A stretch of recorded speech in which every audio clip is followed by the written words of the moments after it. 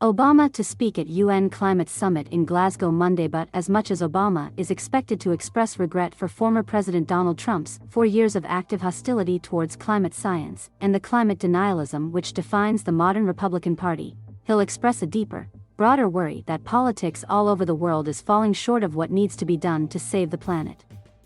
Obama's speech comes a week after President Joe Biden's own appearance at the conference, in an appearance during which he explicitly apologized for Trump's abandonment of the Paris Climate Accords. And it comes amid major international doubts that Biden, Congress, or America is actually serious about climate change, no matter what Obama says. Pleading that climate change should be the one issue which transcends politics, Obama will say he has his own doubts this is possible, which he tries to fight back. As I'm sure is true for all of you, there are times when I feel discouraged, when the future seems bleak, and I am doubtful that humanity can get its act together before it's too late, Obama is expected to say.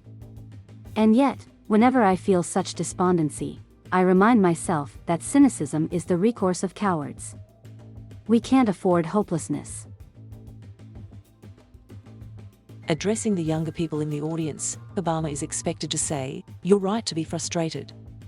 For most of your lives, you've been bombarded with warnings about what the future will look like if we don't address the climate crisis," Obama will say. "And you've grown up watching many of the adults who are in a position to do something about it either act like the problem doesn't exist or refuse to make the hard decisions necessary to address it." Picking up on a theme he has repeatedly hit on the campaign trail back home, Obama will plead, particularly with young people, not to give up on politics. "Vote like your life depends on it," he'll say, since the cold, hard fact is that we will not have more ambitious climate change plans unless governments get behind them. Obama will warn, though, that young people need to rethink their approach. He'll pick up on another theme he's expressed before, that today's youth mistakes online activism and insular virtue signaling for making a difference. Protests are necessary. Hashtag campaigns can spread awareness.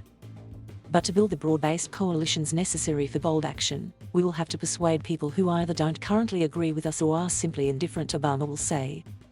To change those folks, we can't just yell at them, or tweet at them, or inconvenience them by blocking traffic through protests. We're going to have to listen to the objections and reluctance of ordinary people, understand their realities, and work with them so that serious action on climate change doesn't impact their lives adversely.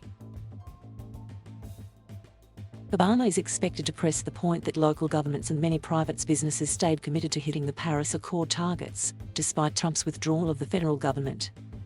They should believe in Biden's commitment now, he'll add, and say he has faith a larger Build Back Better plan with more extensive climate measures will soon pass Congress, despite the hold-ups in Washington last week which led to a vote on only one of the infrastructure bills.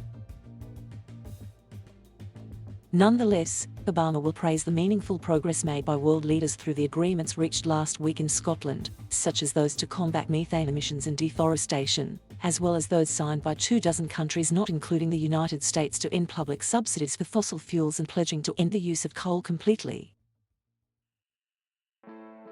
While in Scotland, Obama will also meet with several groups of climate leaders, as well as business and philanthropic leaders, and local elected officials. He'll be introduced by an Obama Foundation leader who is a Northern Mariana Islands representative, and spend time with several others during the trip. Notably, the climate summit is taking place 5 years after the Paris Agreement took effect. In 2015, after the COP21, more than 190 countries signed onto the agreement at the time to limit the increase in global temperatures to well below 2 degrees Celsius above pre-industrial levels, but preferably to 1.5 degrees. Biden re-entered the Paris Agreement after former Trump pulled the United States out of it, and apologized to his fellow world leaders in remarks on the first day of COP26.